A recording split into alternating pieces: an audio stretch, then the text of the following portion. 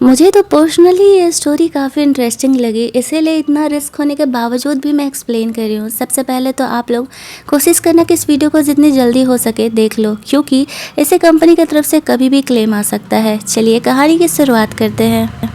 कहानी में एक तरफ हम लोग देखते हैं कि पार्टी चल रही होती है और दूसरी तरफ इस कहानी का हीरो ई चिन खुद की जान बचाते हुए वहाँ से भागने का कोशिश कर रहा था। कहानी चाइना ओल्ड टाइम पर बेस्ड है। यहाँ पर हम लोग देखते हैं कि ई चिन ऊपर भाग रहा होता है और नीचे जियांग, जो कि इस कहानी का सेकंड मेल लीड है, उसे परेशान होते हुए देख रहा था, बट फिर भी कुछ नहीं करता है। और इधर यूंगी, जो कि इस कहानी के हीरोइन है, वो यहाँ पर कुछ पेपर डिलीवर करने के लिए आई हुई थी। ई चिन यूंगी को देखता है तो वो पूछता है कि वो यहाँ क्या कर रही है। इससे पहले कि यूंगी कुछ उसे जवाब दे पाती, जो गुंडे लोग ई चिन के पीछे पड़े हुए थे वो इधर आने लगते हैं। तो ई चिन यूंगी को वहाँ से दूर लेकर के चले जाता है। यूंगी एक्चुअल में ई चिन की स्टेप सिस्टर थी और वो उसी के घर में रहा करती थी। अब यहाँ पर जब वो नोटिस करती है कि उसके पीछे गुंडे लोग पड़े हुए हैं और ऊपर से ई चिन इंजर्ड है, तो वो काफ़ी ज़्यादा उसे लेकर के परेशान हो जाती है कि आखिर हुआ क्या और वो इस कंडीशन में कैसे पहुँचा। वो ई चिन का फिक्र कर रही होती है।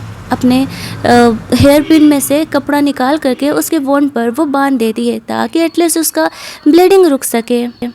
उसे ज़्यादा कुछ तो नहीं पता था और वो अपनी फैमिली की स्टेप डॉटर है, तो उसे ज़्यादा कुछ बताया भी नहीं जाता था। ईशिन को बस वो फिक्र कर रही होती है और यहाँ पर ईशिन यूंगी को इतने करीब देख करके वो खुद को कंट्रोल नहीं कर पाता है और वो यूंगी को किस कर लेता है। उसके इस बिहेवियर से यूंगी शॉक थी। उसे नहीं पता था कि ईशिन उसे बहुत ही लंबे समय से पसंद करता है। और दूसरी तरफ उधर गुंडे लोग आते हैं और इन दोनों को किस करते हुए देख करके वो पहचान नहीं पाते हैं कि ईशिन इधर है और वो लोग वहाँ से चले जाते हैं।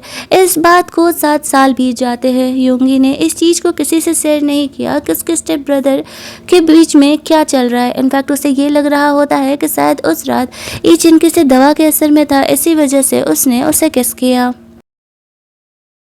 आफ्टर 7 ईयर्स हम लोग देखते हैं कि यहाँ पर एक पार्टी चल रही होती है जो कि यूंगी की फैमिली में होती है। यहाँ पर सब काफ़ी खुश हैं। यूंगी बहुत ही नॉमिनल ड्रेसेस पहन कर गए यहाँ पर सबको सर्व कर रही होती है। सब यहाँ पे कंग्रेचुलेट विश कर रहे थे। ईचन की वजह से उनकी फैमिली अब काफ़ी ज़्यादा प्रोस्पेरस हो गई है और ईचन के जो डैड थे उन्हें भी प्रमोशन वगैरह हो गया है। मिलिट्री से रिलेटेड वहाँ पर काफ़ी सारे लोग आए हुए थे और उनमें से एक ठर की बुड्ढे की नज़र यूंगी पर पड़ती है और उसके ड्रेसिंग को देख करके उसे ऐसा लगता है कि शायद यूंगी इस घर की मेड है और वो उसे छेड़ने लगता है। यूंगी उसे मना करती है कि वो उसके साथ बदतमीजी ना करे क्योंकि इस घर की मेड नहीं है, लेकिन वो बुढ़ो कुछ भी सुनने के लिए तैयार ही नहीं था और वो यूंगी को टी ऑफर कर रहा था। यूंगी खुद को सेव कर रही होती है और इस चक्कर में सेल्फ डिफेंस में वो उस बुढ़ो के टकले पर बजा देती है। और तभी वहाँ पर एरियल, जो कि उसकी सौतेली सिस्टर थी, ऊपर से ये सारा तमाशा देख रही होती है। इनफैक्ट वो तो मज़े ले रही थी। वो ये सोच रही होती है कि वो एक नाजायज़ औलाद है और उसे ये फैमिली की प्रोस्पेरिटी तो पाने का और सुख भोगने का कोई हक ही नहीं है। यहाँ पर वो सारा ड्रामा देख रही होती है, लेकिन तभी एक ही साथ यहाँ पर ईचिन और जियांग दोनों ही यूंगी को सेव करने के लिए आ जाते हैं। इससे पहले कि ईचिन यहाँ पर कुछ कर पाता, जियांग बीच में आ जाता है और वो यूंगी को सेव कर लेता है। अब यहाँ पर वो बंदा जब उसे देखता है तो डर के मारे फरार हो जाता है। तभी यहाँ पर नीचे एरियल आती है और वो जियांग से कुछ ज़्यादा ही चिपकने लगती है। हमें तो पता चलता है कि वो जियांग से प्यार करती है, लेकिन जो जियांग था वो यूंगी में इंटरेस्टेड था। वो एरियल को छोड़ करके यूंगी के पास जाता है और उसे अपना हैंड ऑफर करता है ताकि वो उठ सके। कहानी यहाँ से फ्लैशबैक में जाती है जहाँ पर कि हमें पता चलता है कि पहले यूंगी जियांग के फैमिली में रहा करती थी। उसकी मॉम मेड थी और वो जियांग के फैमिली में काम किया करती थी। दोनों यहाँ पर दोस्त हुआ करते थे, लेकिन ऐसा क्या हुआ कि यूंगी अब यीचिन की फैमिली में है और कहानी में बहुत सारे ट्विस्ट है जो कि धीरे धीरे करके खुलने वाला है।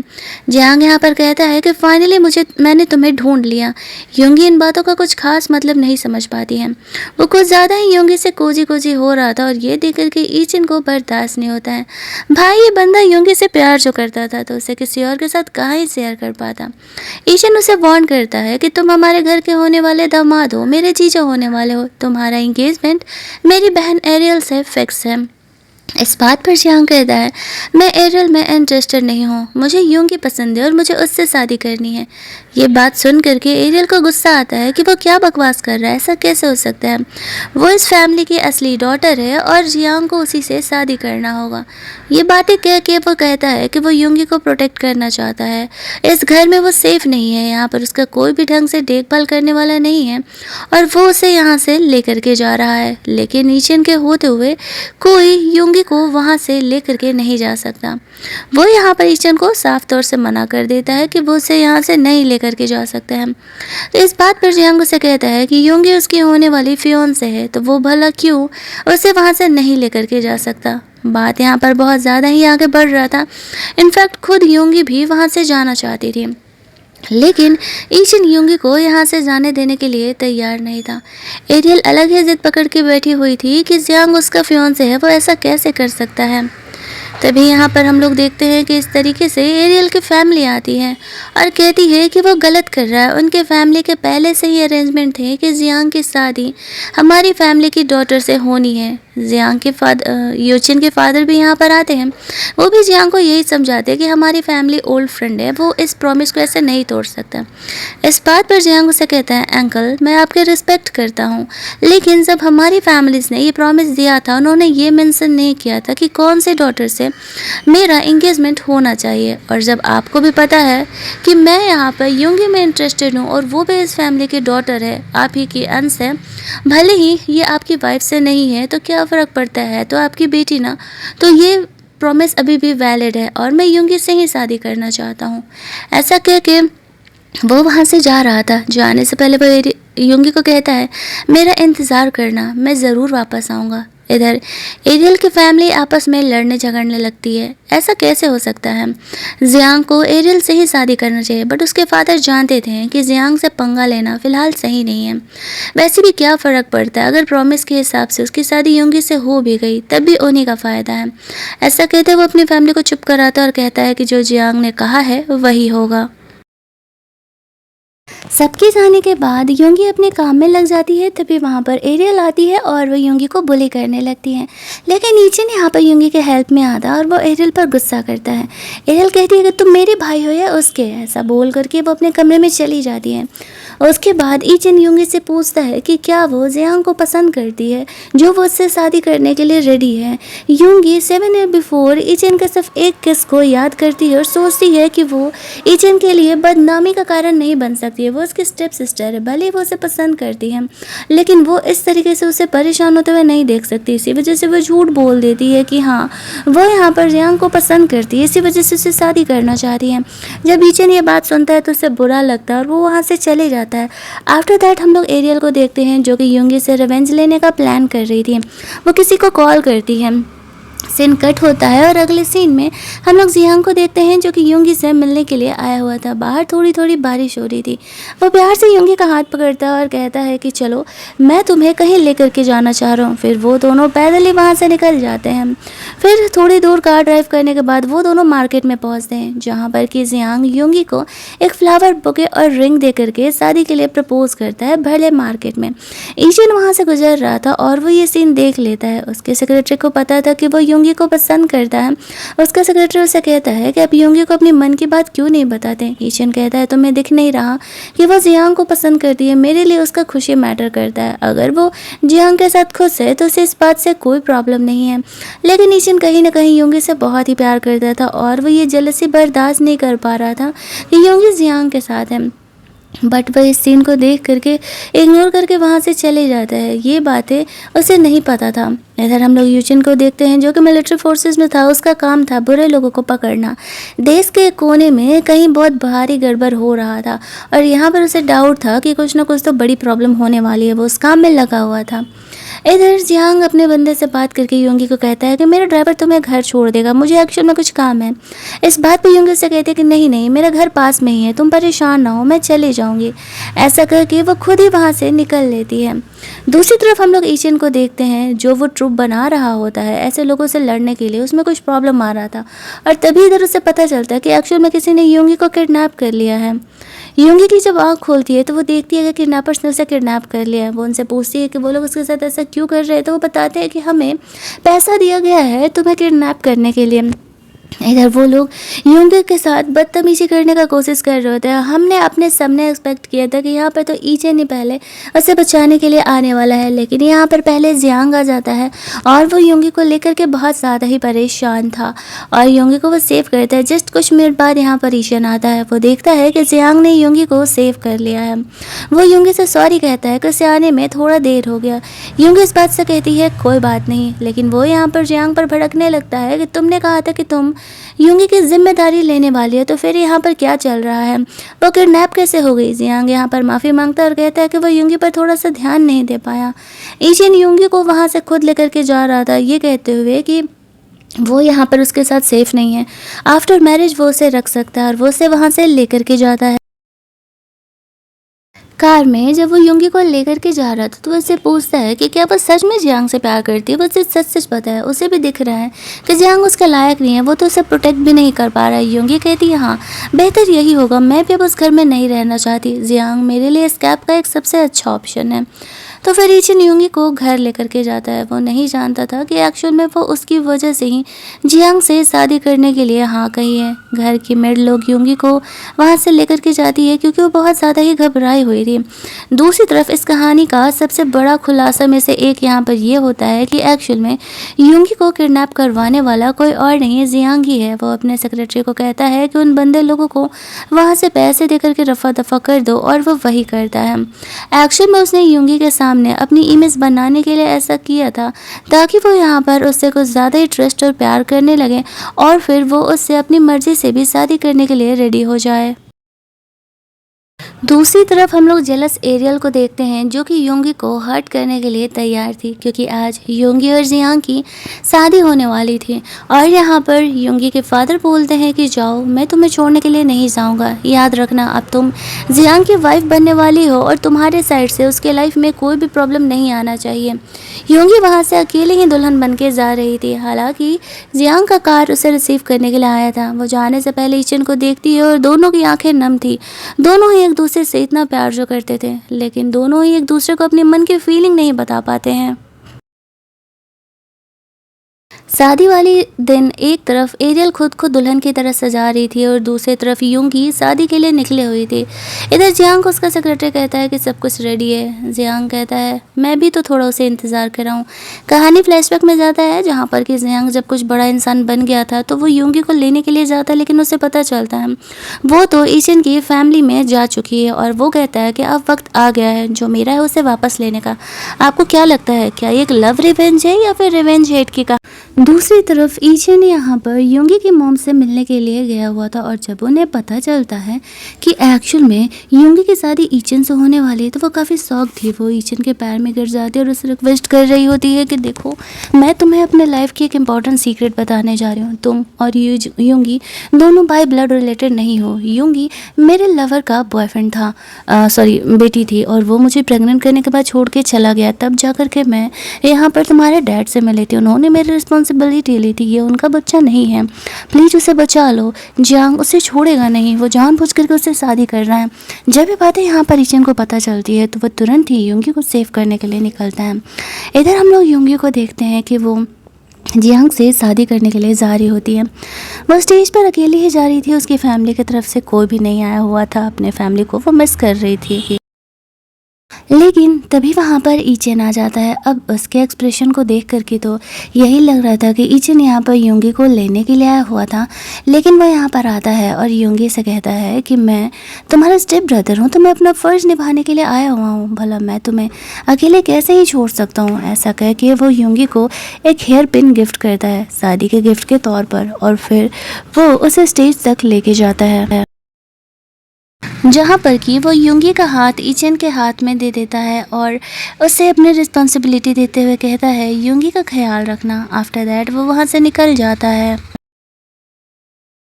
उसके जाने के बाद योंगी और जियांग दोनों यहाँ पर शादी कर लेते हैं। ईचेन सैड था, उसका सेक्रेटरी से पूछता है कि जब आपको पता है कि योंगी आपसे बाय ब्लड रिलेटेड नहीं है और आप भी उसे पसंद करते हो तो फिर आपने उसे जियांग के पास क्यों जाने दिया? तो वो कहता है क्योंकि योंगी ने कहा था कि वो उससे प्यार करती है, इसी वजह से।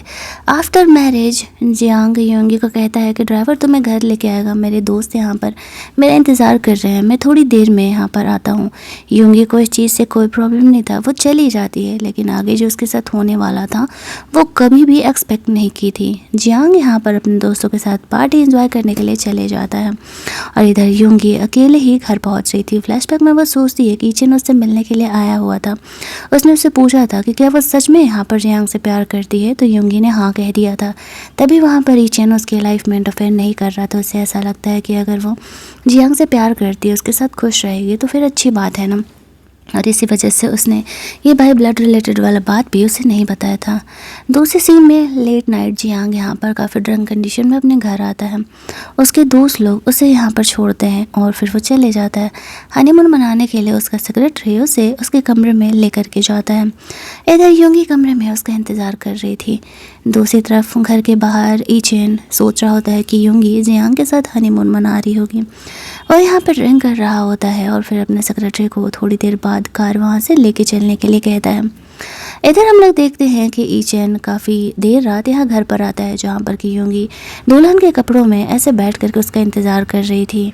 लेकिन वो यहाँ पर आता है और कहता है कि फाइनली जब तुम बचपन में मुझे छोड़ करके चली गई थी तो मुझे लगा कि शायद मैं तुम्हें कभी नहीं ढूंढ पाऊंगा, लेकिन मैंने तुम्हें ढूंढ लिया और अब तुम मेरी वाइफ हो, मैं तुम्हें खुद से दूर कभी नहीं होने दूंगा।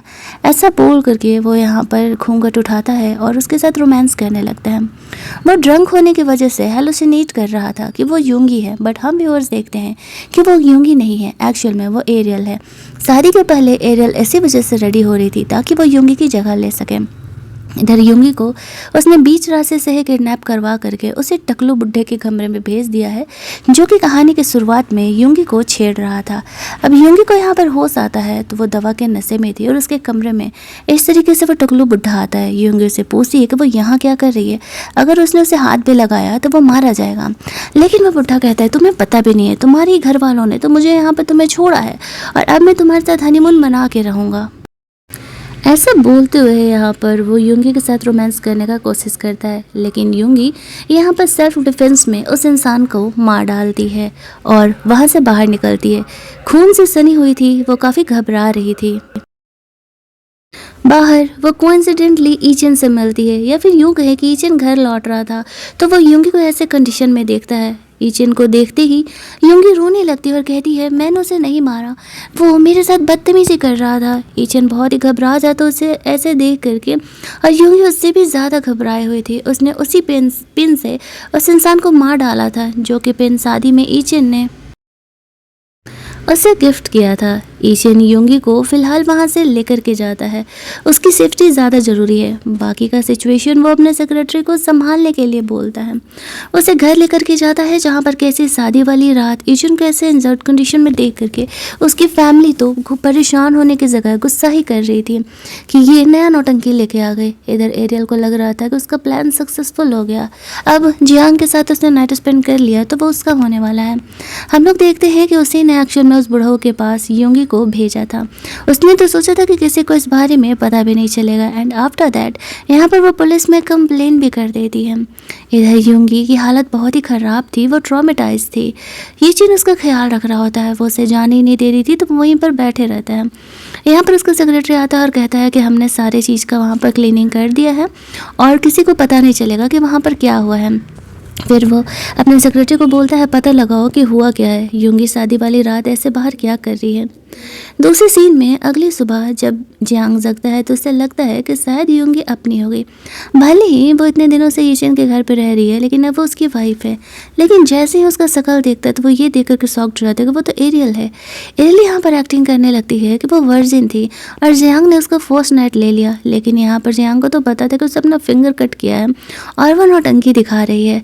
एरियल उसे कहती है कि कल रात तो वो योंगी को कंग्रेचुलेट विश करने के लिए आए थे, लेकिन नशे की कंडीशन में यहाँ पर जियांग ने उसके साथ रोमांस किया। अब जियांग भी यहाँ पर एरियल का इस्तेमाल करना चाहता था, इसी वजह से वो उसे इमोशनल होते हुए दिखाता है कि एक्चुअल में मुझे भी एहसास हुआ कल रात कि मैं तो तुमसे प्यार करता हूँ, लेकिन अब सबके सामने यूंगी मेरी वाइफ बन चुकी है, तो मैं यूँ अचानक से उसे छोड़ दूंगा तो हमारी फैमिली की बदनामी होगी ना। आई होप कि तुम समझ रही होगा मैं क्या कहना चाह रही हूँ। मैं कुछ दिनों बाद तुम मेरी एक्चुअल में वाइफ होने वाली हो, ये बात तो सबको अनाउंस करूँगी। अब हम लड़कियाँ तो इमोशनल फूल होती हैं और ये कहानी के हीरोइंस और विलन्स तो और भी ज़्यादा होते हैं। तो एरियल उसके बातों में आ जाती है और कह रही है हाँ हाँ जैसा तुम कहो, मुझे इस बात से कोई प्रॉब्लम नहीं है। एरियल जानबूझ करके यूंगी की बात निकालती कि आखिरकार वो कल रात गई कहाँ थी। तभी ईचेन उसके कमरे के बाहर आ जाता है। एरियल घबराने लगती है कि ईचेन उसे छोड़ेगा नहीं।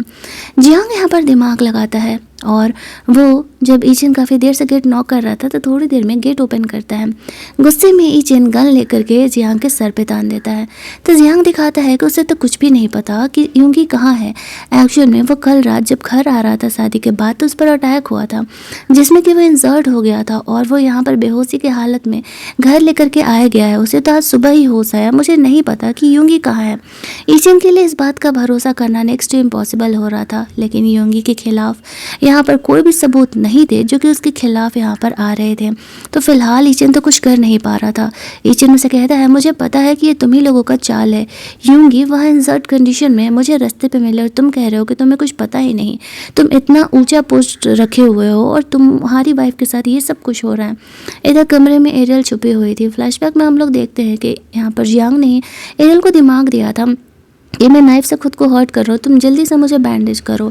अब एरियल ये सब कुछ देख करके काफ़ी घबराई हुई थी, बट जैसे जैसे जियांग कह रहा था वो करते जाती है। ईचेन उसे वार्न करता है फिलहाल तो यूंगी उसके घर पर है और वो सेफ़ है, लेकिन अगर दोबारा कभी ऐसा कुछ हुआ ना तो वो उसकी पूरी फैमिली को ख़त्म कर देगा। तभी वहाँ पर जियांग का अडॉप्टिव फादर आता है जो कि यहाँ पर जियांग को संभाला करता था और उसने उसकी फैमिली को रिवाइव कराया था और इस तरीके से वो यहाँ के मैटर को संभालता है। वो भी कहता है हाँ हाँ मुझे भी पता है कि जियांग पर अटैक हुआ था। वो दोनों ही अलग अलग ट्रूप से थे और एक दूसरे को कुछ खास पसंद नहीं करते थे। दोनों के बीच हमेशा ही लड़ाई झगड़े होते रहते थे। अब इससे बात है कि एक कहानी में दो हीरो तो हो नहीं सकते, उनमें से किसी एक को विलन ही बनना है और हमें तो हिंट यही मिल रहा है कि विलन तो जियांग ही होने वाला है। बट एंडिंग थोड़ी अलग है, एटलीस्ट मैंने ये तो एक्सपेक्टेशन नहीं ही किया था। ये मैटर को फिलहाल रफा दफा किया जाता है और ईचेन वहाँ से लौट आता है। आफ्टर दैट हम लोग देखते हैं कि वो अपने अडॉप्टिव फादर से बात कर रहा होता है। वो जियांग को वार्न करता है दूर रहने के लिए ईचेन से। इधर ईचेन अपने घर जाता है। उसके फादर उस पर गुस्सा कर रहे थे कि चल क्या रहा है, यूंगी शादी वाली रात तुम्हारे साथ क्या कर रही थी। उसके फादर से ईचेन भी लड़ते हुए कहता है कि आपको इस बात की फिक्र नहीं है कि आपकी बेटी ऐसे इंजर्ड कंडीशन में रास्ते पे क्या कर रही थी, आपको अपनी इमेज का पड़ा हुआ है। उसके डैड कहते हैं हाँ ऑब्वियसली मेरे लिए मेरा इमेज ज़्यादा मैटर करता है।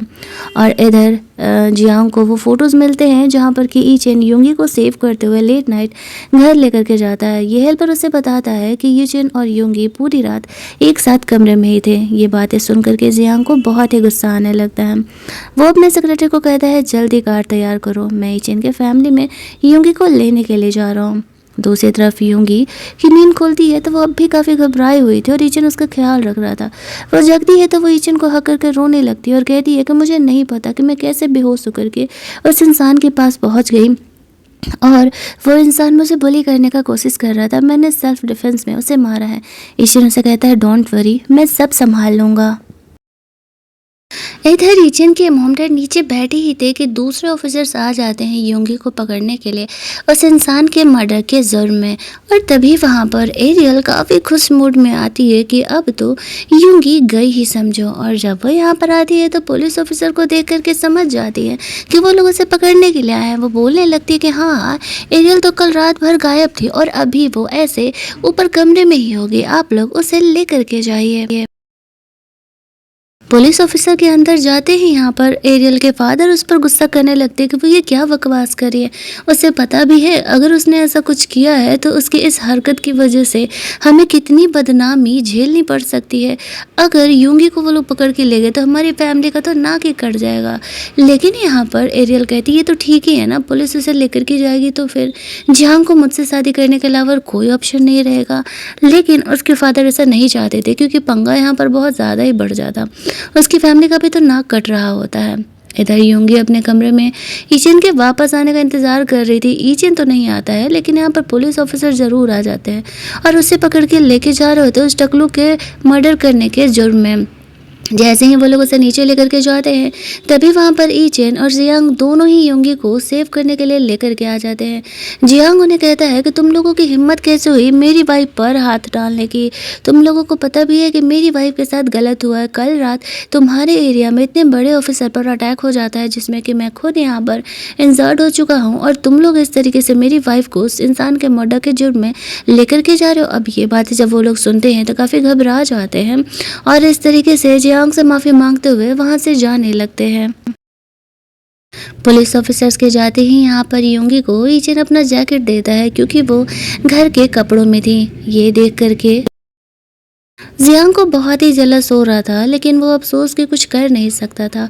फिर वो यहाँ पर योंगी से माफ़ी मांगता है कि कल रात वो खुद इंजर्ड था, वो उसका ध्यान नहीं दे पाया, वो अपने साथ घर चला। अब एरियल को यहाँ पर ये देख करके जलस हो रहा था कि जियांग अभी यहाँ पर योंगी का इतना फिक्र कर रहा है, लेकिन नीचे नहीं चाहता था कि योंगी को अभी जियांग ले करके जाए। लेकिन योंगी कहती है कि सबका कहना सही है, मेरी शादी जियांग से हो चुकी है तो मुझे जियांग के साथ ही जाना ठीक रहेगा। फिर वो उसे वहाँ से लेकर के जाता है।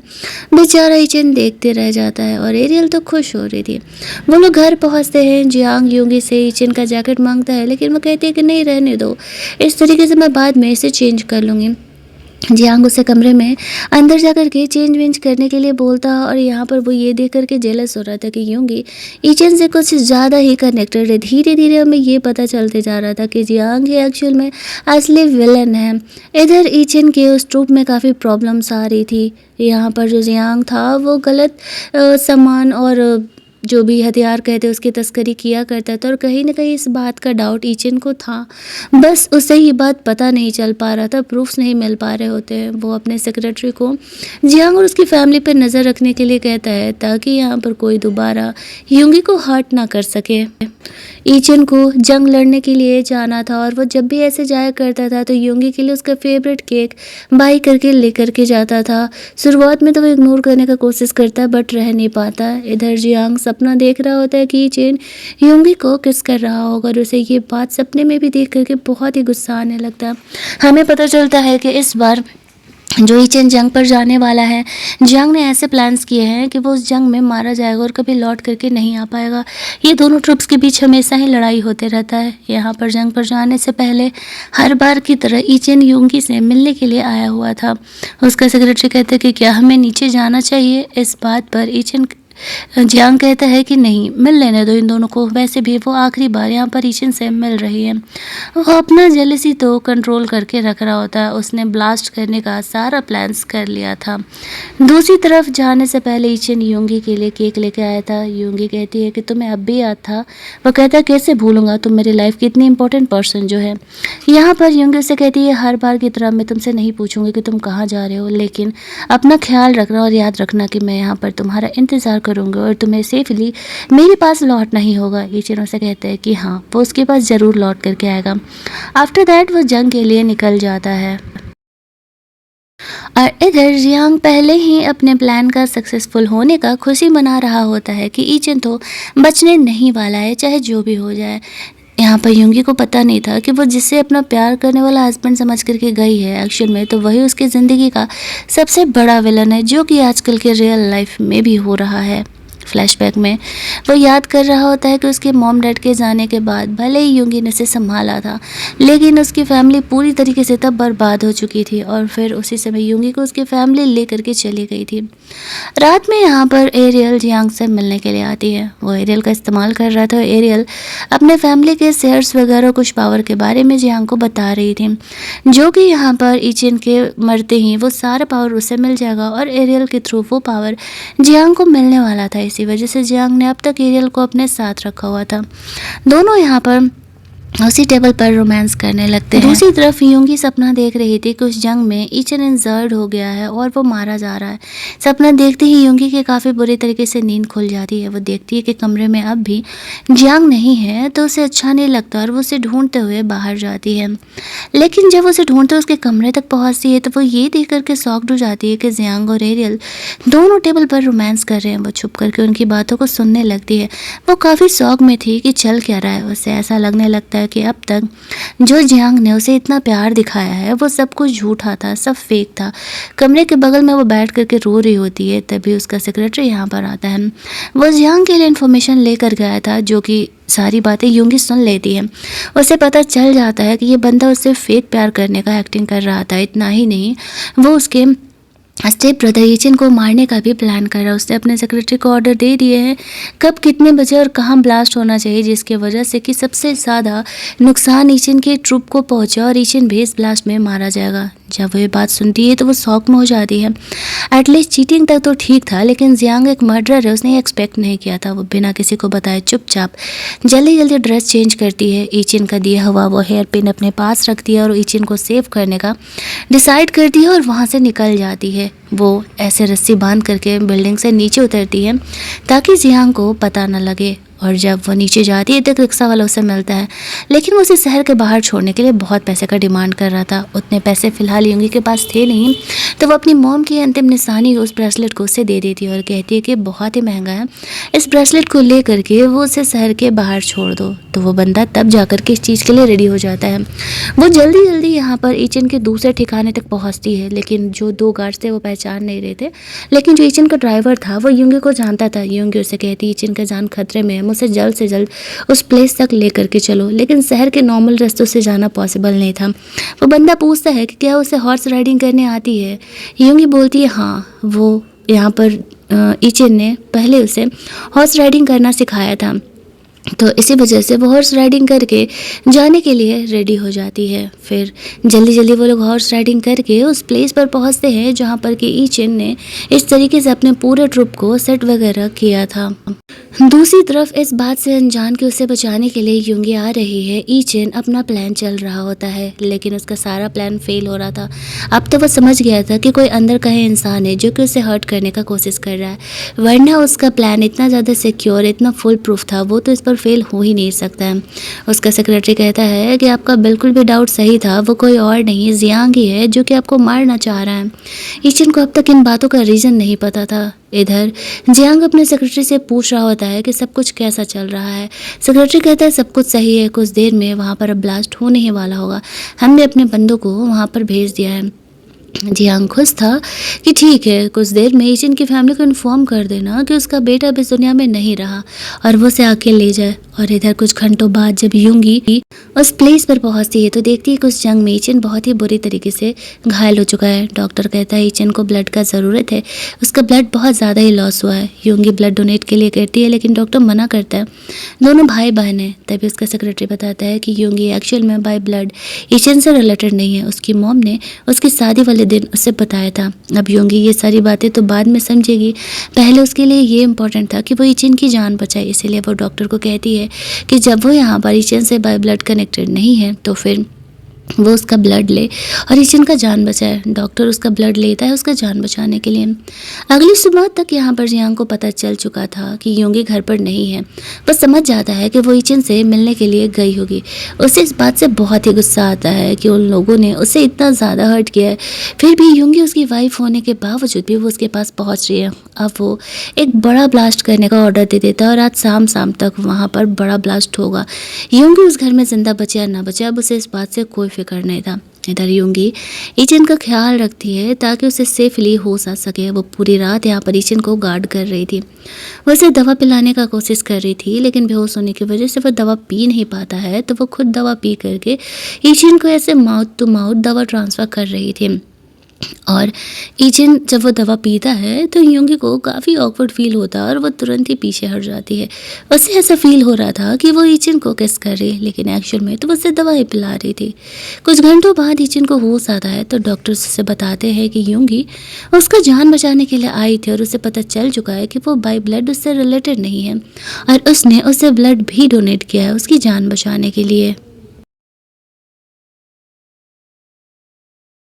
वो युंगी को देखने के लिए जाता है जहाँ पर कि युंगी और पेशेंट को ट्रीट कर रही थी। ईचिन उसे हक कर लेता और कहता है, जब मैं बेहोश हुआ तो मुझे लगा कि शायद मैं तुम्हें कभी ज़िंदगी में देख नहीं पाऊंगा। युंगी उसे कहती है, तुमने मुझसे क्यों नहीं बताया कि हम दोनों बाय ब्लड रिलेटेड नहीं हैं। ईचिन कहता है, क्योंकि तुमने मुझसे कहा था कि तुम मुझसे प्यार करती हो, इसी वजह से मैंने तुम्हें नहीं बताया कि तुम जियांग के साथ खुश हो। युंगी से बताती है कि जियांग एक्चुअल में विलन है और वह उसे मारने का कोशिश कर रहा है। ईचिन कहता, हाँ, जब मैं यहाँ पर आया और मेरे प्लान्स फेल होने लगे तब मुझे भी पता चला कि एक्चुअल में वही ये सब कुछ कर रहा है और उसने जानबूझ करके तुमसे शादी किया है। वो कहती है, हाँ, एक्चुअल में एरियल और जियांग का अफेयर चल रहा है। और तभी वहाँ पर एक बड़ा ब्लास्ट होता है। इधर ये बातें जब जियांग के वो स्टेप फादर को पता चलता है तो उसकी काफ़ी पिटाई लगाते हैं और कहते हैं कि तुम्हारी हिम्मत कैसे हुई मेरी इजाज़त के खिलाफ ये सारे काम करने की, तुम्हें आइडिया भी नहीं है तुमने कितना बड़ा बवाल कर दिया। ये बातें बहुत ही उठेंगी कि आखिरकार वहाँ ब्लास्ट हुआ कैसे, मैंने तुम्हें कहा था कि तुम उससे दूर रहना। यहाँ पर जियांग याद कर रहा था कि बचपन में उसकी फैमिली जब पूरी तरीके से बर्बाद हो गई थी, इसी इंसान ने उसे पाला था। हालांकि वो उसे बहुत ही जलील करके रखता है, अपना पालतू कुत्ता बना के रखता है, लेकिन जीने का जरिया तो इसी ने उसे दिया था और इसी वजह से वो रिवेंज ले पा रहा होता है। इधर ईचिन अपने प्लान के बारे में युंगी को बता रहा था और कहता है कि जियांग को भी अब तक तो पता चल ही चुका होगा कि तुम घर पर नहीं हो। वो समझ गया होगा कि तुम मेरे पास ही गए हो। तभी जियांग का एक बंदा उसे मारने के लिए यहाँ पर आता है तो ईचिन उसे शूट करके मार देता है। उसके पास से उन्हें युंगी की मदर का एक हैंकरचिप मिलता है, जिसे देख करके युंगी समझ जाती है कि ये जियांग का एक धमकी है कि अगर युंगी यहाँ पर नहीं आई तो फिर वो उसे भी, उसकी मॉम को भी मार डालेगा। वो मन ही मन घर वापस जाने का प्लान करती है। ईचिन को उसने बातें नहीं बताई थी। इधर जियांग को भी पता चलता है कि उसके उस बंदे को मार दिया गया। वो समझ जाता है कि वो हैंकरचिप युंगी तक तो पहुँच गई होगी, लेकिन फिर भी युंगी अब तक घर नहीं आई है। वो समझ नहीं पा रहा था कि क्या उसने ईचिन के साथ मिलकर के उसके खिलाफ ये जंग लड़ने का डिसाइड कर लिया है। इधर ईचिन अपने बंदे से बात कर रहा था कि उसने जो युंगी को वो हेयर पिन दिया है वो उसकी मॉम की अंतिम निशानी थी। एक्चुअल में उसकी स्टेप मदर थी जिसके साथ उसके डैड यहाँ पे रह रहे हैं। वो युंगी से बहुत प्यार करता था, इसी वजह से उसने ऐसा किया था। ये बातें युंगी को पता चलता है और वो मन ही मन डिसाइड कर दिया कि वो ईचिन का हेल्प भी करेगी, साथ ही में अपनी मॉम की जान भी बचाएगी। इसी वजह से वो वहाँ से अकेले ही जाने का डिसाइड करती है बिना ईचिन को बताए। और इधर जियांग अपना प्लान पूरा होने का वेट कर रहा था, या तो युंगी वापस आ जाए या तो उससे भी मरवा देगा। तभी युंगी यहाँ पर वापस आती है। उसे देख करके जियांग गुस्सा करते हुए कहते हैं कि वो पिछले 2-3 दिनों से कहाँ थी। जियांग यहाँ पर बात को पलटने के लिए कहती है कि तुम एक चीटर इंसान हो, तुम मुझसे इस तरीके से कैसे बात कर सकते हो। वो जियांग को ये दिखा रही थी कि वो इस वजह से यहाँ से गई थी क्योंकि उसे पता चल गया था कि जियांग उसे चीट कर रहा है। वो उसे ये कहती है, मैंने देखा कि तुम एरियल के साथ इंटीमेट हो रहे थे, तुमने मुझसे प्यार दिखाया, लेकिन तुम मेरी बहन के साथ भी हो और मैं कैसे इंसान के साथ नहीं रह सकती थी। लेकिन मेरी किस्मत देखो, मैं जब ये बात का कंप्लेन करने के लिए ईचिन को गई तो उसने मुझे छोड़ करके अपनी बहन का साथ दिया और कहा कि अब तुम्हारी शादी जियांग से हो गई है, तुम्हें जैसे वो रखेगा तुम्हें वैसे ही रहना होगा। जियांग को ये बातें जानबूझ करके वो दिखा रही थी कि एक्चुअल में वो तो जियांग से प्यार करने लगी थी। वो कहती है कि अगर तुम मुझसे सिर्फ प्यार नहीं कर सकते तो मैं खुद की ज़िंदगी ही ख़त्म कर लेती हूँ, वैसे भी अब तो मेरा इस दुनिया में कोई है भी नहीं। वो ऐसा ड्रामा कर रही होती है तो जियांग यहाँ पर उसे रोकता है और कहता है कि मुझसे गलती हो गई, मैं एरियल से पूरी तरीके से रिश्ते तोड़ने के लिए तैयार हूँ और मैं दोबारा तुम्हें कभी हर्ट नहीं करूँगा। तुम जाओ कमरे में जा कर के आराम करो, जब तुम्हारा माइंड थोड़ा सा शांत होगा तो फिर हम बात करेंगे। ऐसा कह के वो युंगी को कमरे में जाने के लिए कहता है। उसके जाते ही अपने सेक्रेटरी से वह कहता है कि तुम्हें क्या लगता है ये कितना सच कह रही है। उसका सेक्रेटरी भला क्या ही बोले, वो जानता था कि उसका बॉस युंगी से बहुत ही प्यार करता है। जियांग एक बार फिर युंगी पर ट्रस्ट करने के बारे में सोच रहा होता है, क्योंकि अगर ऐसा नहीं होता तो युंगी वापस क्यों आती है। अगर ईचिन उसका सपोर्ट किया होता तो, बट उसके माइंड में बहुत से सवाल चल रहे थे। लेकिन सबसे पहले उसका मोटिव तो यही था कि वो ईचिन को रास्ते से हटा दे। अगर ऐसा होगा तो उसकी फैमिली खुद ब खुद बहुत ही वीक हो जाएगी और फिर उससे पंगा लेने वाला कोई नहीं रहने वाला है। एरियल से प्यार तो वो वैसे भी नहीं करता था, वो तो सिर्फ उसका इस्तेमाल कर रहा था। इधर उसका सेक्रेटरी बताता है उसके स्टेप फादर ने युंगी के लिए ड्रेस भेजा और उसे इस बड़े ऑक्शन पार्टी में इनवाइट किया और बोला अपनी वाइफ को लेकर के आने।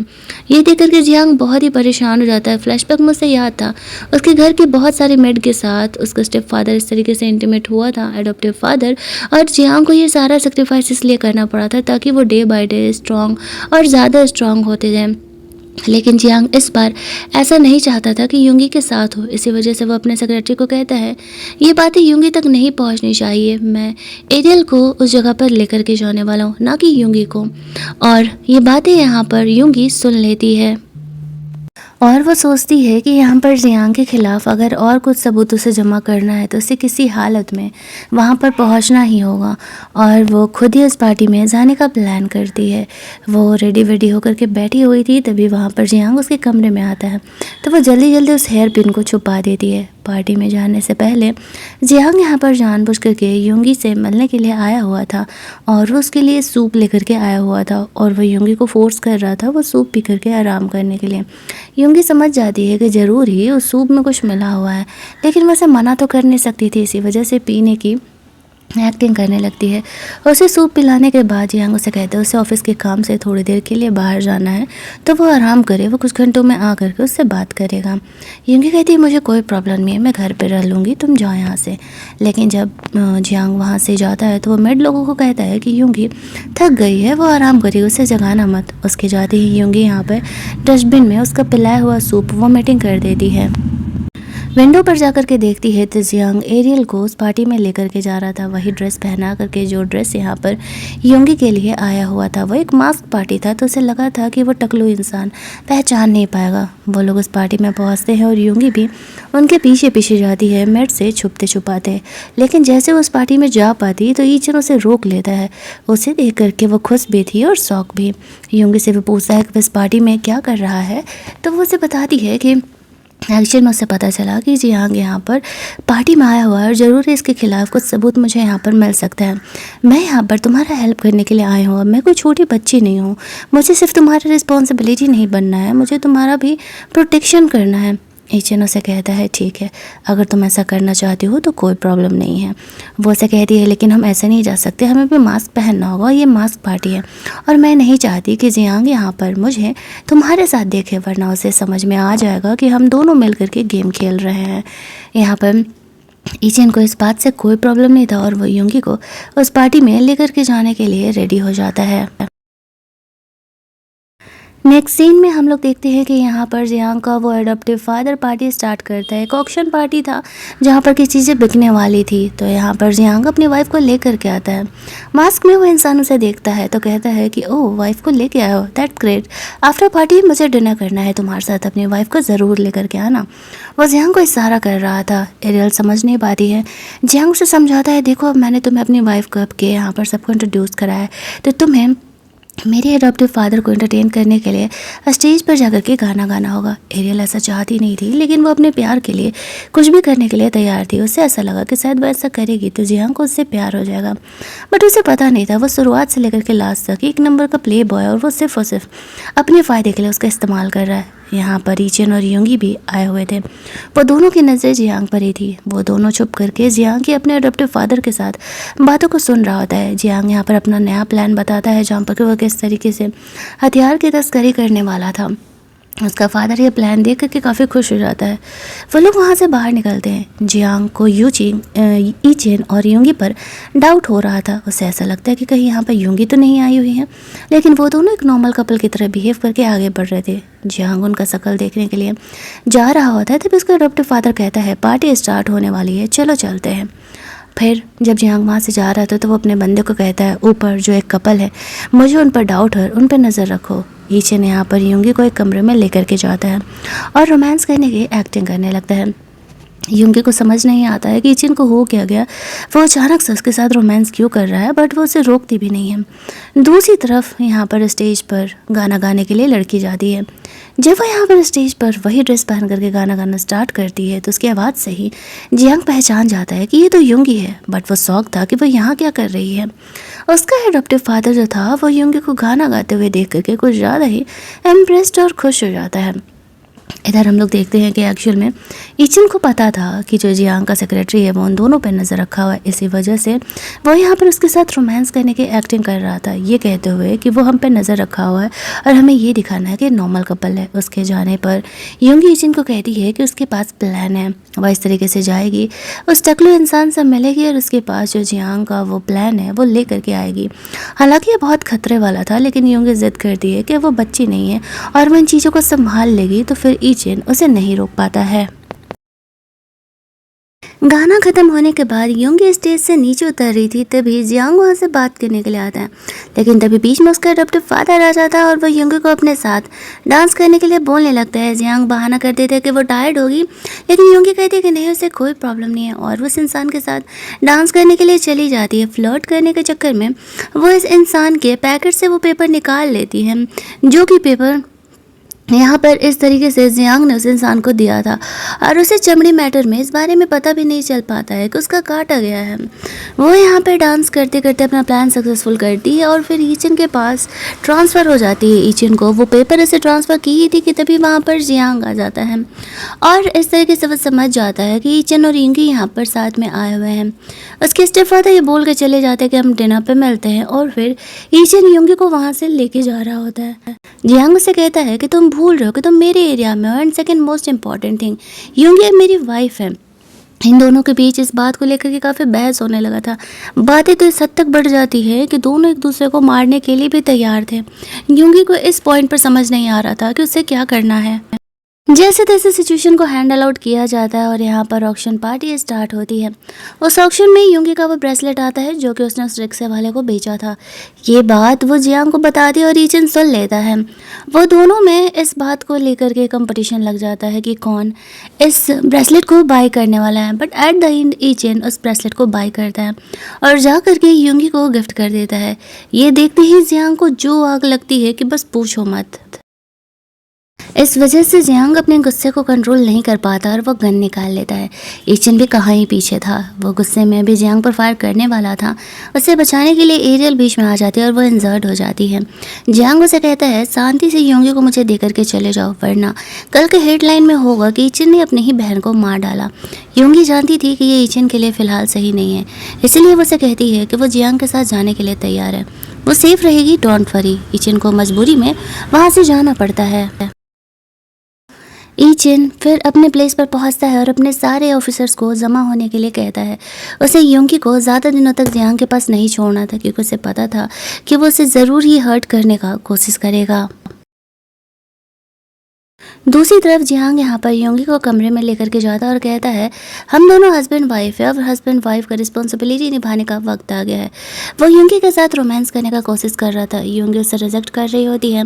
जियांग उसे कहता है कि तुम मुझे मना नहीं कर सकती, तुम मेरी वाइफ हो और तुम्हें मेरे साथ इंटीमेट होना ही पड़ेगा।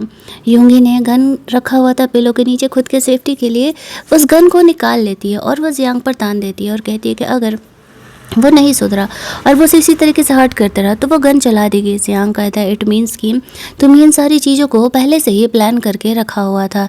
यूंगी कहती है हाँ, मुझे पता था कि तुम ऐसा ही कुछ करने वाले हो, इसी वजह से मैंने ऐसा किया था। जियांग उसे कहता है कि तुम कभी मुझसे प्यार क्यों नहीं कर सकती, मैंने ऐसा क्या गलत किया है जिस चीज़ का बदला तुम मुझसे ले रही हो।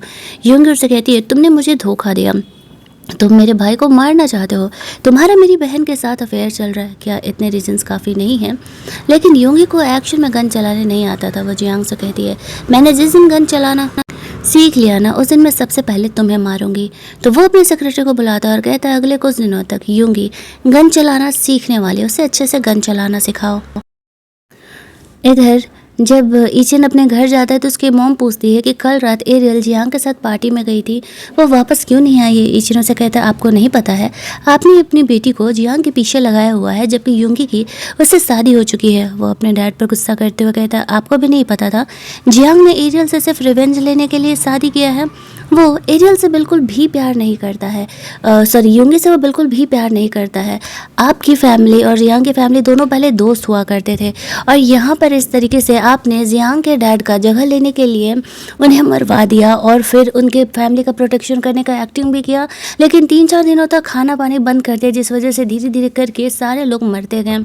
आगे चल करके जियांग को इस बारे में पता चल गया और उसने जानबूझ करके यूंगी से शादी करने का डिसाइड किया ताकि वो हमसे और यूंगी से रिवेंज ले सके।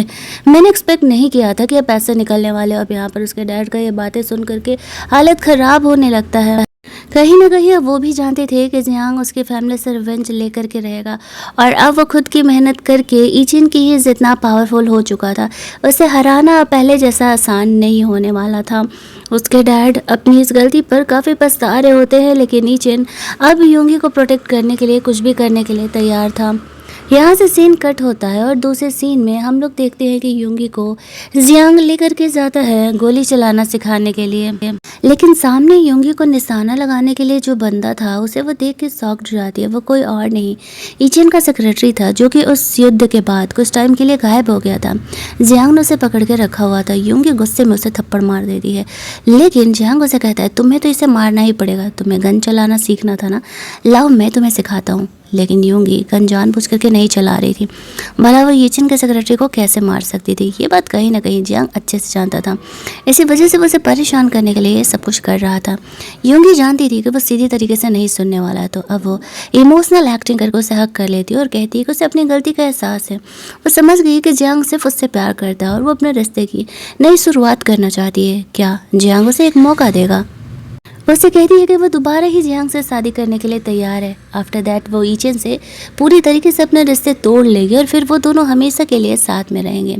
जियांग उसकी बात सुन करके यूंगी के बातों में आ जाता है और वो कहता है कि ठीक है, अगर तुम सच में दिल से ऐसा चाहती हो तो मैं फिर तुम्हें एक मौका देने के लिए तैयार हूँ, मैं तुम्हें माफ़ भी करने के लिए तैयार हूँ। और यहाँ पर हम दोनों ठीक 3 दिनों बाद शादी करने वाले हैं। यूंगी इस चीज़ के लिए रेडी हो जाती है, लेकिन बदले में वो कहती है कि उसकी कुछ शर्तें हैं, जैसे कि पहले वो शादी वाले दिन अपनी मॉम से मिलना चाहेगी, दूसरी कि उसे यहाँ पर इचिन के सेक्रेटरी को छोड़ना पड़ेगा। ये दोनों शर्तें यहाँ पर जियांग मान जाता है। यूंगी ने जानबूझकर ऐसा किया था ताकि वो इचिन के सेक्रेटरी का जान बचा सके। जब वो अपने सेक्रेटरी से इचिन मिलता है तो वो काफ़ी खुश था, लेकिन जैसे उसका सेक्रेटरी उसे बताता है कि एक्चुअल में यूंगी ने खुद की जान दांव पे लगाई है, वो 3 दिनों बाद जियांग से शादी करने वाली है। मेरी जान बचाने के लिए इचिन अपने सारे मिलिट्री फोर्सेस को जमा होने के लिए कहता है और वो इस पर किसी हालत में यूंगी को जियांग से शादी नहीं करने देने वाला है, चाहे जो भी हो जाए। इधर जियांग अपने हाथों से यूंगी के लिए शादी का ड्रेस बना रहा था। वो अपने बंदे को कहता है शहर में सबसे अच्छा फैब्रिक जो अवेलेबल है उस फैब्रिक से यहाँ पर यूंगी के लिए शादी के इस ड्रेस को बनवाया जाए। उसका सेक्रेटरी सोच रहा था कि जियांग लव ब्रेन है, वरना साफ दिख रहा है कि यूंगी एक्टिंग कर रही है। भला वो इंसान चुटकी बजाती है कैसे बदल जाएगा और जियांग से शादी करने के लिए तैयार हो जाएगा। लेकिन जियांग इतना बल्लू नहीं था। शादी वाले दिन के लिए तो उसने कुछ और ही प्लान किया हुआ था। इसके बाद हम लोग शादी वाले दिन का सीन देखते हैं, यानी कि 3 दिन बाद का, जहाँ पर कि यूंगी जियांग की तरफ से बनाए गए शादी के ड्रेस को पहन करके रेडी थी। वो अपनी मॉम से मिलने का इंतज़ार कर रही होती है। यहाँ पर उसकी मॉम उससे मिलने के लिए खुद परेशान थी। और इधर हम लोग देखते हैं कि एक्चुअल में यूंगी शादी वाले वेन्यू पर पहुंचने से पहले अपनी मॉम से मिलना चाहती थी, तो उसका सेक्रेटरी उसकी मॉम से मिलाने के लिए लेकर के आता है। उसकी मॉम मना कर रही थी जियांग से शादी करने के लिए। इस बात पर यूंगी अपनी मॉम को झूठ बोलती है, वो जियांग से प्यार करती है और उसी से शादी करना चाहती है। उसकी मॉम को लेकर के जाया जाता है। इधर ईचेन अपने सुपर पोस्ट वाले बंदे से मिलता है और कहता है कि वो जियांग और उसकी पूरी टीम का पोल खोलना चाहता है, वरना वो हमारे देश को खोखला कर देंगे, और अगर वो इसमें पूरी तरीके से सक्सेसफुल नहीं हो पाया तो वो रिज़ाइन करने के लिए तैयार है। इससे हमारे देश और हमारी टीम को कोई लॉस नहीं होगा। हालांकि वो बंदा जानता था कि ये काम बहुत ही रिस्की है, इचिन को जान भी जा सकता है, बट फिर भी इचिन का कॉन्फिडेंस देख करके वो उसे अलाउ कर देता है। दूसरी तरफ एरियल हॉस्पिटल में थी। उसे जियांग की तरफ से गिफ्ट आता है, एक ड्रेस, मास्क और एक लेटर। वो उसे कहता है कि वो उससे मिलना चाहता है, उसे माफ़ी मांगने के लिए, और वो इस प्लेस पर आ जाए। अब यहाँ पर तो ये लेटर देख करके एरियल खुश हो जाती है और उसे ऐसा लगने लगता है कि फाइनली यहाँ पर जियांग को अकल आ गया है। इधर वहाँ जाने से पहले जो इचिन था वो यूंगी की मॉम से मिलने के लिए आता है। उसको इन लोगों ने पकड़ के रखा हुआ था। वो पूछता है जियांग एरियल किधर है, तो उसका सेक्रेटरी कहता कहता है एरियल यहाँ पे नहीं है और चाहे जो भी कर लो एरियल को तुम ढूंढ नहीं पाओगे। ईचन को एरियल की काफ़ी फिक्र हो रही थी। यहाँ पर जियांग उसे कहीं और लेकर के गया हुआ था। एक्चुअल में एरियल शादी वाले वेन्यू तक तो पहुँची ही नहीं थी, उसे किडनैप कर लिया गया था और ये बातें जियांग ने पहले से प्लान करके रखा हुआ था। वो एरियल को कहता है तुम्हें ये प्लेस तो याद होगा ना। जियांग यूंगी को याद आता है कि एक्चुअल में यहाँ पर ये तो वही प्लेस है जहाँ पर कि जियांग जब वो फर्स्ट टाइम किडनैप हुई थी तो उसे बचाने के लिए आया था। वो समझ जाती है कि एक्चुअल में वो सब कुछ एक्टिंग था। जियांग ने वो किडनैपिंग पूरा प्लान किया हुआ था। उसे समझाने का कोशिश करती है कि वो ऐसा क्यों कर रहा है। जियांग उसे कहता है तुम्हारी फैमिली यानी कि ईचन की फैमिली की वजह से उसकी फैमिली पूरी तरीके से बर्बाद हो गई है। वो अब एक अनाथ है और उसे दूसरों के टुकड़ों पे पलना पड़ रहा है। यूंगी को ये बातों की सच्चाई पता ही नहीं थी। तभी वहाँ पर ईचन आता है और वह यूंगी को सेव करने का कोशिश कर रहा था। जियांग उसे कहता है तुमने अकेले आकर के बहुत बड़ी गलती कर दी, तुम पछताओगे। सबसे पहले तुम सारे अपने हथियार फेंक दो वरना मैं यूंगी को मार डालूंगा। जितने भी गन वगैरह यहाँ पर ईचन लेकर के आया हुआ था वह सबको फेंक देता है। गुस्से में आकर के जियांग यहाँ पर ईचन के पेट में शूट कर देता है। वो उसे अभी नहीं मारना चाहता था। अब थोड़ा सा हीरो विलन का डायलॉग फाइट्स वगैरह होंगे ना तभी तो कहानी का क्लाइमैक्स आएगा। वो उसे कह रहा होता है कि अगर तुम्हारी फैमिली का मैटर ना होता तो मेरी फैमिली आज जिंदा होती और हम लोग तुमसे काफ़ी अमीर होते। इसी वजह से तुम्हारे डैड ने ऐसा किया ना। ईचन उसे समझाने का कोशिश करता है देखो गलती इसमें यूंगी की नहीं है। दूसरी तरफ एरियल वो ड्रेस और मास्क पहन करके जियांग से मिलने के लिए उस कमरे में पहुंचती है, लेकिन वो ये देख करके शॉक्ड हो जाती है कि एक्चुअल में उस कमरे में तो जियांग नहीं है बल्कि उसका वही एडॉप्टिव फादर है। वो उसके साथ इंटीमेट होता है और कहता है कि एक्चुअल में यहाँ पर जियांग ने तुम्हें खुद मुझे दिया है। एरियल समझ जाती है कि जियांग ने तो कभी उससे प्यार नहीं किया, वो तो उससे नफरत करता था। आफ्टर दैट उसे जियांग का एक नोट मिलता है जिसमें कि उसने लिखा था कि या तो वो खुद जहर खा के मर जाए या तो फिर पूरी ज़िंदगी उसकी गर्लफ्रेंड बन करके रहे, यानी कि उस टकलू इंसान की। तो एरियल यहाँ पर पॉइजन खाना ज़्यादा पसंद करती है उस टकलू इंसान की गर्लफ्रेंड बनने से ज़्यादा। वो समझ चुकी थी कि सिर्फ वो उससे रिवेंज लेने के लिए सब कुछ कर रहा है। उसने उसकी और यूंगी की शादी जो ख़राब की थी इसी वजह से वो अपना किस्मत अपना फेट एक्सेप्ट कर लेती है। और दूसरी तरफ यहाँ पर हम लोग देखते हैं कि जियांग ईचन को मारने ही वाला होता है ये कहते हुए अब मैं तुम्हें मार करके अपनी पूरी फैमिली का बदला लेने वाली हूँ। लेकिन तभी वहाँ पर यूंगी अपने हाथ ऐसे खोल लेती है और वह गन उठा लेती है। थोड़ी बहुत जो भी चीज़ें यहाँ पर जियांग ने यूंगी को गन चलाने के बारे में सिखाई थी वह उसी पर तान देती है। जियांग यहाँ पर चाह करके भी यूंगी पर गन नहीं चला पाएगा क्योंकि वो उससे प्यार जो करता था। लास्ट में यूंगी उसे शूट कर देती है और कहती है आई एम सॉरी, मुझे तुम्हें मारना पड़ेगा वरना तुम मेरे चाहने वालों को मार दोगे और तुम एक्चुअल में एक क्रिमिनल हो। ऐसा कहते हुए वो जियांग को मार डालती है। हालांकि उसे इस बात का रिग्रेट ज़रूर था कि उसके हाथ से एक खून हो गया। जियांग के मरते ही यहाँ पर वो दौड़ते हुए ईचन के पास जाती है क्योंकि वो बहुत ही बुरी तरीके से इंजर्ड था। ईचन कहता है तुमने सही किया, इसे मारना ज़रूरी था वरना ये हमारे देश को भी हार्म पहुंचाता। आफ्टर दैट यूंगी ईचन के लिए बहुत ही परेशान थी क्योंकि ब्लड लॉस होने की वजह से वो बेहोश हो रहा होता है और जल्दी जल्दी उसे फाइनली इन सारी बचड़ों से हटा करके हॉस्पिटल ट्रीटमेंट के लिए लेकर के जाया जाता है। उसके बाद हमें कुछ दिनों बाद का सीन दिखाया जाता है जहाँ पर ईचन धीरे धीरे घर पर रिकवर कर रहा था। यूंगी उससे मिलने के लिए आती है। अब ये दोनों हैप्पीली एवर आफ्टर रह रहे होते हैं और हमारी ये कहानी को यहीं पर एंड कर दिया जाता है। तो अगर आपको ये कहानी अच्छी लगी होगी वीडियो को लाइक और शेयर करना मत भूलना, चैनल को सब्सक्राइब कर लेना ताकि नई कहानियों के नोटिफिकेशन आपको मिलते रहें। चलिए जल्दी से मिलते हैं हम लोग एक और स्वीट और लविंग ड्रामा के हिंदी वर्जन में। Keep watching.